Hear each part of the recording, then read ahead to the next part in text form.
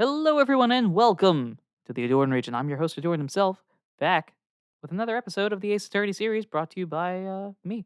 If you have no idea what's going on or who this character is or why we're talking about a mystery man, you can check out the playlist in the description below. While you're down there, leave a like, comment, subscribe, do all those fun things you ought to do when supporting a YouTube channel. Now, Officer Meekins here may or may not have committed a murder. We just saw a videotape that showed about as much information as the back of my hand, and now we've got to figure out how we're going to solve this. So, we've listened to his testimony here. We're going to learn more about this mystery man. Again, check out the last episode if you haven't already. So, let's go. His face can't be clearly seen in the video. Hold on. As you know, we press everything here. Tell me, were you able to get a good look at him? The face of the man who attacked you with a knife? Sir, if you must label people as having seen or not seen the man's face, I believe I would be classified as the latter. The latter? But you were standing right in front of him, weren't you? Were you not? More to the point. That was, I don't know whose voice that was. More to the point, you are the person who fought him, aren't you? Oh, yes, sir, but I didn't get a clear look at his face, sir. I'm not the kind of guy who looks directly at people when they're talking with them, sir. Yeah, that's a good trait for a police officer. Still, I'm sure it was him. I bet my bat on it. Well, that's exactly a big deal. No questioning that the other person. I disagree with that. But you don't know that for sure, do you? You never actually saw Detective Goodman's face. Well, I suppose you might say that. That is, if you must label people as seen and not seen it. Since, come on, judge's voice. Since his face can't be identified in the video, only you can verify it. Oh, why is everyone looking at me? Finally, what your stares is disturbing her. Meekins. Yeah. Having been shown a questionable video at best, we are not in the best of moods. Now, please be more certain when you testify. Yes, sir. You claim the man who brandished a knife on you was Bruce Goodman. Tell us why you were positive it was him. I mean, he opened the locker, which required Detective Goodman's fingerprint. Okay, hold on. About these lockers, is there no other way to open them? No, sir. I myself tried all kinds of methods in the past. They only respond to registered fingerprints, sir. What kind of method he's trying? The man who opened the locker's lock, which only responds to his requested fingerprints, and he must be the person that locker was assigned to. Exactly my point, sir. And this too. Locker he opened is unquestionably Goodman's. Yeah, I think that. Yeah. How do you know that information? I've heard rumors, sir, from people in the know, sir. People don't know. The workers in the department cafeteria, sir. They keep me informed. They also listen to my romantic troubles, sir. You, Meekins? No. For the record, the open locker did indeed belong to Detective Goodman. I verified this information through a more reliable source. So the victim opened the locker with his own fingerprint. That must be him. No one else could have unlocked it. Hold up. Wait a minute. However, the most important detail is not shown in this video, though. That's the thing we gotta, deal with, is the fact that we don't see the man's face. Sir, if I may say something, sir. Please do. After all, you are the one being examined. I don't understand why the man's face is so important in this case, sir. I mean, it was his hand that opened the fingerprint lock. And it was his hand that tried to thrust his knife into my body, sir. My unsettled state can testify to this enough, sir. Yes, you have a point. The footage doesn't lie. That is, unless the defense can find a problem with it. Mr. Wright, let's check the court record again. Is there a problem with the security footage? Yes. But I found at least one thing that's unusual. Regarding the information contained on this tape, there is one thing in particular that seems rather strange. Strange? This contradiction leads to the possibility that, well, the man may not have been Detective Goodman. What? This video contains such a contradiction. Objection! Interesting. Your Honor, I have a proposal. Yes, Mr. Edgeworth. I propose we have the defense point out to us this alleged contradiction in the video. He would want me to point it out. Very well, proposal accepted. Let's further inspect this piece of evidence. I will now play the security tape. Mr. Wright, you show us this contradiction you speak of. I have to point out a problem in the video? It's the first time I've ever had to do that. You can do it, Mr. Wright. It's set up so you can fast forward, rewind, or pause the video. Just take a good look and be sure to point out the right thing. Please don't play it too many times. I can't stand watching this video. How did this guy ever become a police officer in the first place? That's a fair point. Now then, Mr. Wright, please enlighten us. Where is the contradiction that indicates the man may not be Detective Goodman?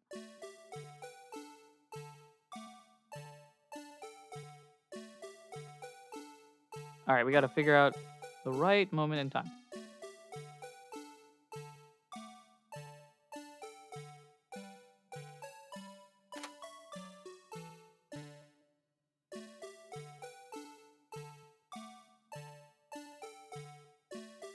Well, let's... Hold up, back up.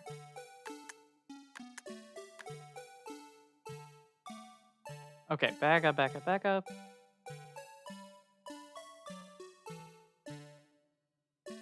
Keep going. There we go. There's something. Right there. I don't know if you guys can see it, but the light is on, suggesting that it's already open, right? And then I know the thing that I was actually going to point out was later on that, actually, we can, yeah, we'll fast forward through this real quick.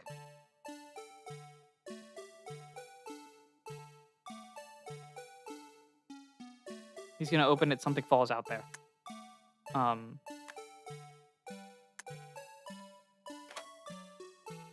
I was going to go too fast.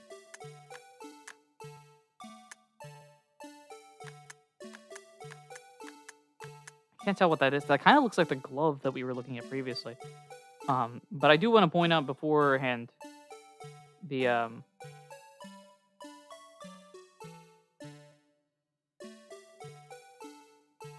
right there. Okay. Take that! This should work, right? The thing that's strange about this video has got to be this. Officer Meekins. Sir, do you mean me, sir? As I understand it, the locker apparatus works like this. We're gonna get more of this. We're just gonna throw this. When you grab the handle, the sensor reads your fingerprint. If it's a match, the light turns on and the lock is released. According to my very limited experience, that's the way I understand it, sir. If so, then something is seriously wrong with this picture. As we zoom forward in time.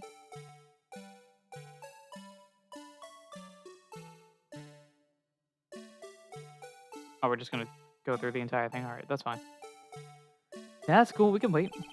When the victim reaches for the handle to open the locker, to rewind to a little earlier, there is definitely a way that we can speed this up.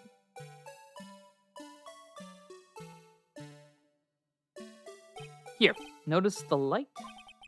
What's this? It's already lit. Precisely my point, Your Honor. The locker was already open before the victim grabbed the handle. Is there a noise that came? That was not from me. Not the screaming thing, but there was like a... whatever. Order! What's the meaning of this? Very simple, Your Honor. The lock wasn't locked on the day of the crime. The locker wasn't locked on the day of the crime. But the locker locks are controlled by an electronic system. When a door is shut, a sensor is triggered. And the locker is automatically locked. Oh, I know. It must have broken down.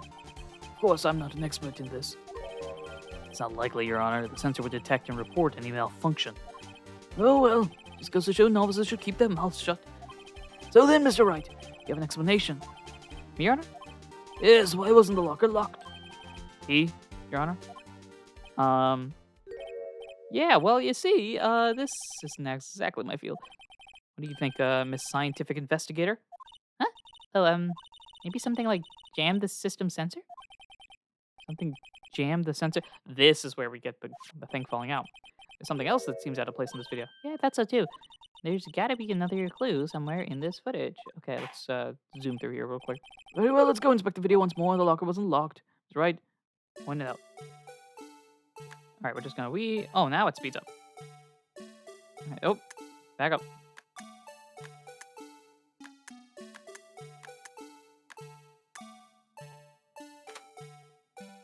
Oh, that's why, because I wasn't, nope.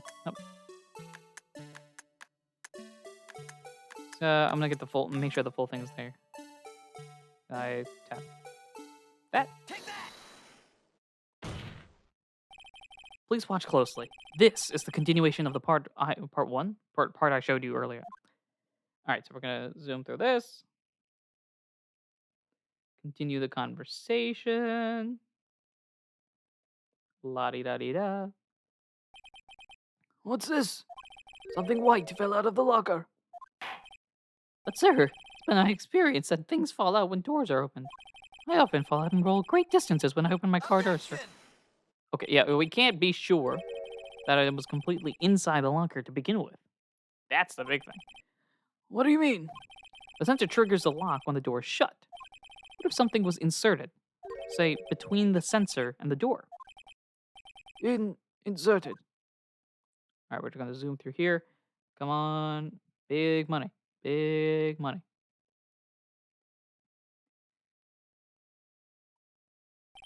This white thing wasn't inside the locker. It was stuck between the door and the sensor. Oh, I understand it, sir. Just like my tie. 2 out of 3 times it gets stuck inside the door when I get out of my patrol vehicle, sir. Instead of the door closing, my tie chokes me. But the object would have to be extremely thin to fit in the door. Not only that, it would also have to block electric currents. You need to be an insulator. Yes, an insulator. The crime scene. There just might have been something that fits the description. But sir, an insulator you don't mean. I finally got this figured out. Very well. The defense, please present the relevant evidence. What was this insulator that was stuck in the locker door? All right, we got to go find this, but I'm pretty sure that's the glove. Here we are. Take that! I found this near the locker, a thin rubber glove. We can't be. Who's? But we can't be sure that was in the victim's locker. It's a tag that says SL9 incident. Who?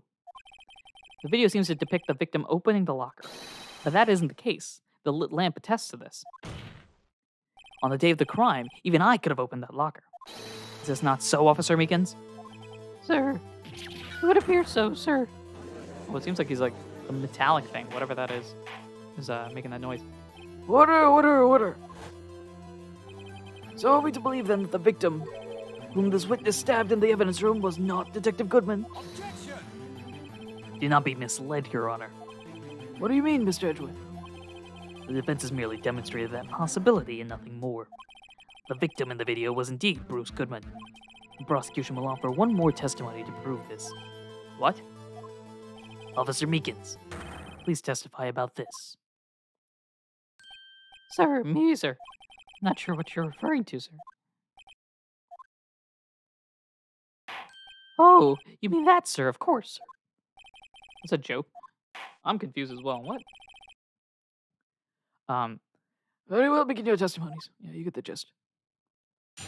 Mystery Man number 2. All right, let's continue through this. Ooh, we got the hype music now. There's one other thing that proves the man was Detective Goodman, sir. After the evidence room, one must use their ID card. When an ID card is used as a record of it. At the time of the crime, the detective had used his card. An ID card record, I see. I have the ID card record right here, Your Honor. I have it too. The ID used at 514 is that of the victim. Just before the crime, Yes, without a doubt, this is the victim's ID. However, one thing does strike me as unusual. Several hundred cases should have been due for transferal. Why were there so few people using this room? This particular evidence room is only used for storing certain special cases. Special cases? Extremely violent cases involving police staff. Just hearing that makes my hair stand on end. Me too, although it doesn't make much of a difference with my hair, you know? Spiky hair and all that. Kind of how it rolls. There were only a few cases up for transferal there, and most were cleared up by noon. Right, I see. Now let us move on to the cross-examination. Alright, this is a short thing. We might be able to fit this into this episode. Let's keep going. Alright. You know how this works. One other thing proving the man was Detective Goodman. So, unlike your earlier testimony, you believe this to be rock solid, do you? Yes, sir. Solid as stone, sir. My hand wasn't wrapped in bandages. I'd even give the V for victory sign, sir. Can he just use his right hand for that? Let's hear him out fully. As we've seen, one never knows what he might say until the very last second. Fair point. Enter the evidence room. One must use their ID card. Is that card hanging from your neck? One of your ID cards? One of those ID cards? Yes, sir. This card right next to my cuff, sir. I give it here so I won't ever forget it. What if someone were to steal it from you, keeping it out in the open like that? Maybe I shouldn't wear it around my neck. Remember when I said 2 out of 3 times my tie gets stuck when I get out of my car? Well, the remaining time, it's my ID card that gets stuck. Instead of the door closing, my ID card chokes me. Maybe I should just leave this one alone. At any rate, each police officer has only one ID card. Both the police department and the prosecutor's office can attest to this. Please proceed with your testimony. Okie doke. This ID card used as a record of it. Let it be noted that this is the record the witness refers to. Let me see. Yes, that would be it. Detective Goodman. What's the matter? According to this, Mr. Edgeworth, your name is on here. So it is, Your Honor. Not that prosecutor again. Whoever's behind all this, being a prosecutor could hide the evidence. Mommy, is that man in blue a murderer? Shh, don't stare at him. Why are you blaming me? I'm not Edgeworth. Also, you got that wrong color. That's Edgeworth. It would seem the inquiry committee will want to speak to you again today. I have nothing to be ashamed of regarding my actions or their consequences. For now, let us continue with the cross-examination. Poor Mr. Edgeworth. Must be so difficult for him. Well, them's be the break. At the time of the crime, the detective had used his cards. Or cards, sorry, not cards. Earlier, I believe you testified that when you asked the man to show his ID card, he pulled a knife on you. Yes, sir. He didn't show me any ID card, sir. Don't you think that's odd? I mean, if he had his ID card, all he had to do was show it to you. There wouldn't be any reason to draw a knife. Maybe he just panicked? Everything stems from contradictions. Let's point them out. Mr. Wright, what do you think? I'm confused, frankly. What? Well, this ID card testimony is far too obvious. It's not like Edgeworth missed something like this. You're thinking too hard about this. Come on, let's show them what they got. There's gotta be a cat. I mean, do we just show the ID? Like, we found the ID. Which one of these? Does it say that we found the ID? Yeah, found at the officer crime scene. So while, Lana's apparently murdering someone, you're somehow using this? This doesn't make any sense. Objection! Wait one moment, Officer Meekins. I'm not good at waiting, sir. I have the victim's ID card right here. I found it at the crime scene. Well, that makes sense. When I say crime scene, I'm sorry, I'm not referring to the evidence room at the police department. I mean the other crime scene. The underground parking lot at the prosecutor's office. Your Honor, I have one more piece of evidence to present. It's a very important clue regarding the victim's ID card. Lost item report. It's only half completed. But it shows that Detective Goodman had lost something on the day of the crime. Something important enough to fill out this report. Let me guess. You believe this something to be his ID card, right? Can't say for sure, but there's a high probability. On the day of the crime, Detective Goodman was not carrying his card. Order! So now, what does this all mean? It can only mean one thing. I mean, it doesn't even require much thought. The man Officer Meekins encountered in the evidence room was not Detective Goodman, but rather the man who stole his ID card. Order! Does the prosecution have a response? I have only one thing to say to the defense. Bravo, Mr. Wright. Bravo. Allow me to summarize the defense's argument. At 5:15 p.m. on the day of the crime, the man in the evidence room Officer Meekins encountered was not Detective Goodman. There are 2 grounds to support this. First, the locker in the evidence room was already unlocked. Second, the victim lost his ID card. Am I correct so far, Mr. Wright? Yes. What's he up to? What's his game plan? That being the case, we must inevitably arrive at a single conclusion. The victim in this video is a fake. then the murder in the evidence room is also fake. In other words, the security camera does not show the instance of the murder. That is... I guess that's right. Something wrong, Mr. Wright? Only moments ago, you seemed content to be pointing your finger around. This isn't gonna end well. Oh, the pieces have fit in my head. Well, well, well. Seems you finally realized exactly what you've gone to such lengths to prove. Explain yourself, Mr. Edgeworth. The defense has already done the explaining for me. The victim in this video is a fake, which means a murder did not take place at the police department at 5:15 on the day of the crime. So, The real crime could have only taken place at one location. I think I said climb instead of crime. The underground parking lot at the prosecutor's office. The murderer being Miss Lana Skye, the defendant. The evidence is compelling. Trustworthy witness. Observe the moment the defendant used the murder weapon. Oh, crap.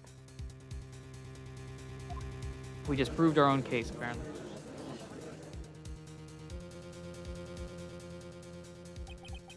I knew that testimony was way too shabby. It's all a trap from the beginning. the activity in the evidence room still leaves many questions unanswered. Who exactly was the victim Officer Meekins encountered? And where did this person disappear to? However, this trial's purpose is to examine only the murder of Detective Goodman. Yes, so, Your Honor. Mr. Wright, you have to do something or else Lana... What do I do? How am I supposed to get myself out of this mess? Do we have to,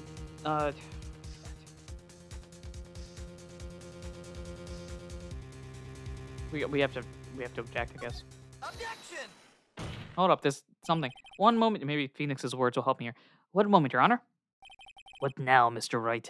Don't tell me you're objecting to what you've just proven. No, of course not. But I almost walked right into the prosecution's trap. What are you talking about? This cross-examination has proved one thing and one thing only. The security videotape did not show the actual murder.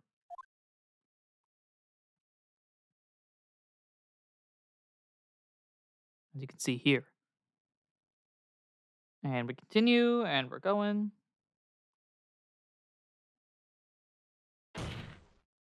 However, it cannot be said that it is unrelated to the murder in the parking lot.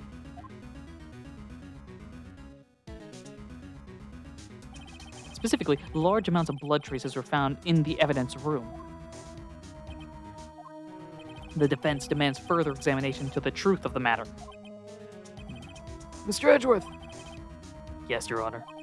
if this course were to examine this further, other witnesses will be necessary. Prosecution prepared? I'm sorry, Your Honor. The prosecution considered the incident at the police department to be unrelated. We have not prepared any other witnesses for this incident.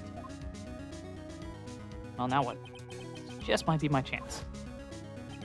Time to call a certain Texas Ranger to the stand. Mr. Wright? You mean, Your Honor? The defense would like to request a specific witness. Oh, whom do you have in mind?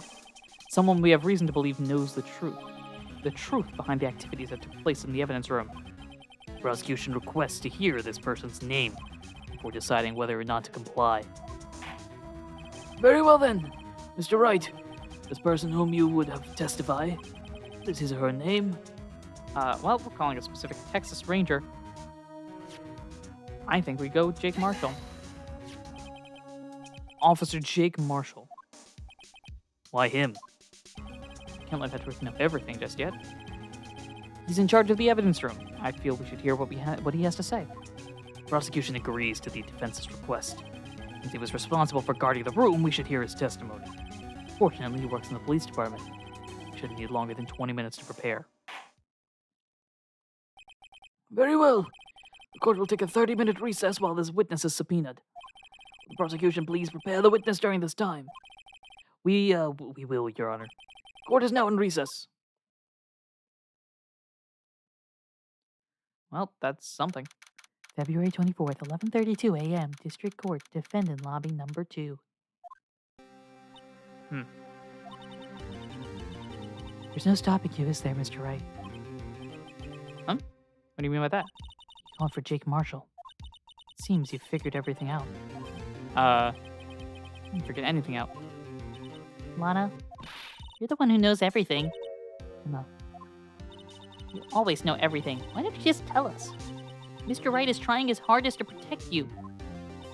I I don't recall ever asking for his protection. How can he be so cold? Would you trust us? Would you trust me? Oh no, we're getting to a family dispute here. Hope I'm not interrupting anything, pals. Thank you, Gumshoe, for breaking the tension, please. Oh. I guess I am. I'll come back later. Oh, wait, Detective Gumshoe, wait, what is that? Come here, come back. Hello, Gumshoe, what's up? You've got a lot of nerve, pal. Making a detective run around while on duty, and to top it off, you called me here. I've seen happier people at funerals. Sorry, Detective. You better be, pal. Hey. Hey. I didn't see you there, Chief Prosecutor Guy. Gumshoe's music is so good. This is in the side. That's okay. So, have you brought me what I asked? Oh, Okay. you mean this, right? My apologies, Detective. Due to my present circumstances, I was forced to use Mr. Wright's name while making my request. My name? Never in a million years would I have thought it was you who asked me. Could I bother you to bring me the SL9 incident files? I'll need them by noon. Talk about crazy. The SL9 incident? What? But Lana, that's... I thought Mr. Wright might need them, so I had them brought here. Here, you might do well to read them. I can't believe you, the chief prosecutor, were a witness in that case. This guy was a witness? Oh, great, now we have a bunch of files. Take it from me, you don't want anything to do with serial murders. Or what, now that I brought you your stuff, you're just gonna ignore me? Emma, but why? Why is your name in here? What? My name's in here. I don't know, unless... No, it couldn't be. Lana, cell 9 is that? That's the classification number the police filed it under. 2 years ago, the rest of the world knew it as Joe Dark Killings. Joe Dark? No, Lana. It's over with. No! Did you just bounce? Emma, wait! She ran away. You know what, I just remembered I gotta be somewhere. Sorry, pal, but I'm out of here. Jake Marshall, Angel Starr, Damon Gann, Miles Edgeworth, not to mention Lana and Emma. Everyone involved in this case is connected to those killings 2 years ago. This can't be just a coincidence. Knowing you just might be able to figure it out. Time to get back to the trial, Mr. Wright. Best of luck. Let's take a good look at this file. To be continued. Okay, this was a bit of a longer episode, but that is where we're going to wrap this up here. Hopefully we go to the save point. Yes. Next episode, we continue the trial. I'm going to read those files probably at the beginning of the next episode as well. So this is going to be great. Until then, everyone, take care.